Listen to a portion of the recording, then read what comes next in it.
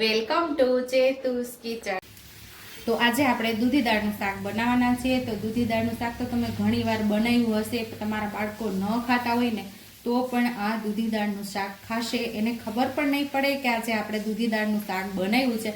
એવું લાગશે કે દાળનું શાક ગ્રેવી વાળું બનાવ્યું છે, એટલું મસ્ત એવું શાક બનાવવાના છે। કઈ રીતે બનાવીએ તમે આગળ જોજો। તો એના માટે આપણે એક વાટકી ભરીને આપણે ચણાની દાળ લઈ લીધી છે। તો આને 1 કલાકથી હુંફાળા પાણીની અંદર પલાળી દીધી છે। એકદમ કે થોડું ગરમ થઈ ગયું, વરાળ નીકળે એવું પાણી થઈ ગયું ને એમાં પલાળી દીધી છે આપણે 1 કલાકથી। અને 3 મીડિયમ સાઇઝની ડુંગળી હતી એને ખમણી લીધી છે, લીલા ધાણા, 1 ઇંચ આદુનો ટુકડો છે, 1 લસણનો ગાંઠિયો ફોલી લીધો છે, 1 લીલું મરચું છે અને 1 મોટું ટમેટું આપણે અહીંયા ખમણી લીધું છે। અને અહીંયા આપણે અડધી દૂધી લીધી છે, 1 મીઠા લીમડાની ડાળખી લીધી છે।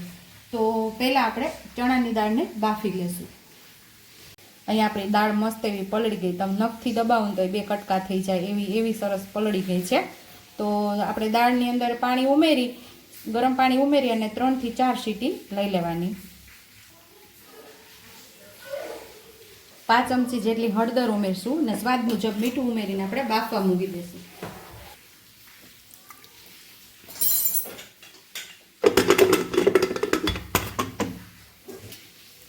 આપણે દૂધીને આપણે છોલી લેશું। પેલા દાળને આપણે બાફવા મૂકી દીધી છે। હવે આપણે આને મિક્સર જારમાં પીસી લેવાની છે દૂધીને। તો ટુકડા કરીને આપણે એમાં ઉમેરી દઈશું। આવી રીતે તમે ક્યારેય નહીં બનાવ્યું હોય, તમે એકવાર જરૂર ટ્રાય કરજો, તમારા બાળકોને અને પરિવારને બધાને બહુ જ ભાવશે આ શાક।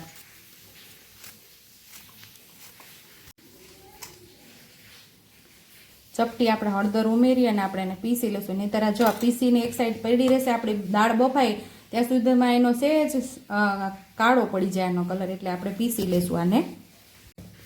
તો અહીંયા આપણે દૂધીને ક્રશ કરી લીધી છે અને એને સાઈડ ઉપર રાખી દઈશું। આદુ, લસણ અને મરચાંને આપણે ખાંડી લેવાના છે। અહીંયા હવે આપણે દાળ બફાઈ ગઈ છે, તો એમાંથી હવા નીકળે ત્યાં સુધીમાં આપણે દૂધીનો વઘાર કરી લઈએ। 2 નાના ચમચા જેટલું તેલ ઉમેરશું। તેલને સરસ આપણે ગરમ થવા દેવાનું છે। અહીંયા આપણું તેલ ગરમ થઈ ગયું છે, થોડી ચપટી મેથીના દાણા ઉમેરશું। પછી ખડા મસાલા, 1 ચકરી ફૂલ, 2 તજના ટુકડા અને 4 લવિંગ ઉમેરશું।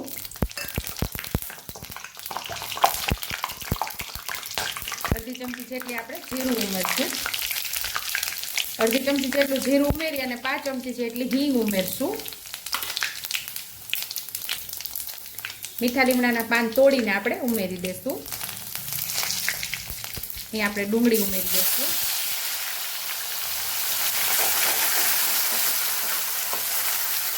ડુંગળીને આપણે સાતળી લેવાની છે મસ્ત એવી।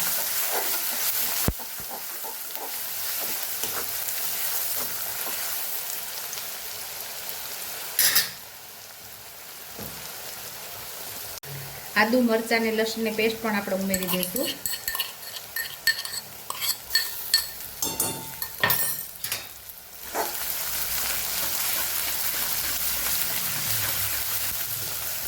આદુ લસણની પેસ્ટ અને ડુંગળી એકદમ સરસ સતળાઈ જવા જોઈએ, એમાંથી કાચો સ્વાદ ન આવવો જોઈએ ત્યાં સુધી આપણે એને સાતળવાની છે, મસ્ત એવી સાતળી લેવાની છે ડુંગળી અને લસણની પેસ્ટને।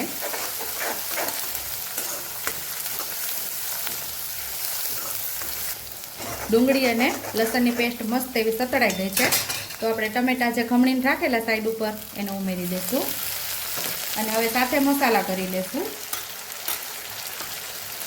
જે પ્રમાણે તીખાશ ખાવાતી હોય એ પ્રમાણે તમારે લાલ મરચું પાવડર ઉમેરવાનું। 1 ચમચી જેટલું લાલ મરચું પાવડર, 1 ચમચી જેટલું ધાણા જીરું પાવડર, 5 ચમચીથી થોડી વધારે હળદર ઉમેરશું।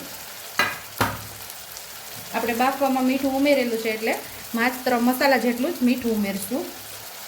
થોડા લીલા ધાણા ઉમેરી દઈશું। મસાલા અને ટમેટાને સરસ સાતળી લેવાનું છે।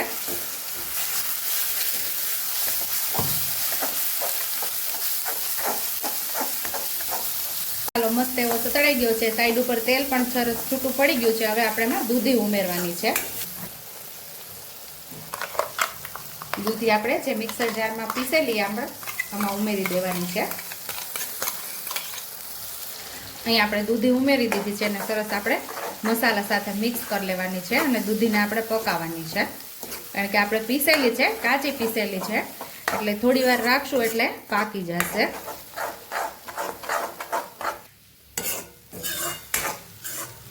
આપણે ઢાંકીને 2 મિનિટ આપણે એને થવા દેશું.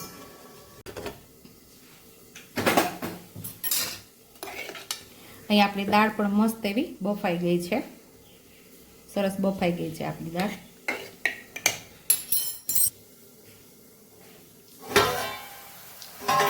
અહીં આપણી દૂધી મસ્ત એવી પાકી ગઈ છે અને તેલ પણ સરસ છૂટું પડી ગયું છે. જો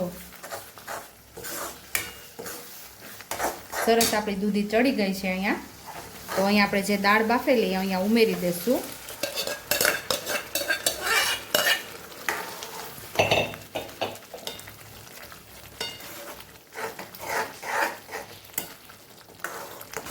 અહીં આપણે દાળ બાફેલું થોડું પાણી કાઢી લીધું હતું અને થોડું જો દાળ આપણે શાકમાં છે ને પાણી એબ્ઝોર્બ કરશે એટલે આપણે થોડું ગરમ પાણી જે કાઢેલું એ જ ઉમેરી દઈશું ને 1 મિનિટ આપણે એને ઉકળવા દઈશું, એટલે દાળમાં પણ મસાલાનો સ્વાદ બેસી જાય એટલે આપણે એને ઉકળવા દઈશું 1 મિનિટ.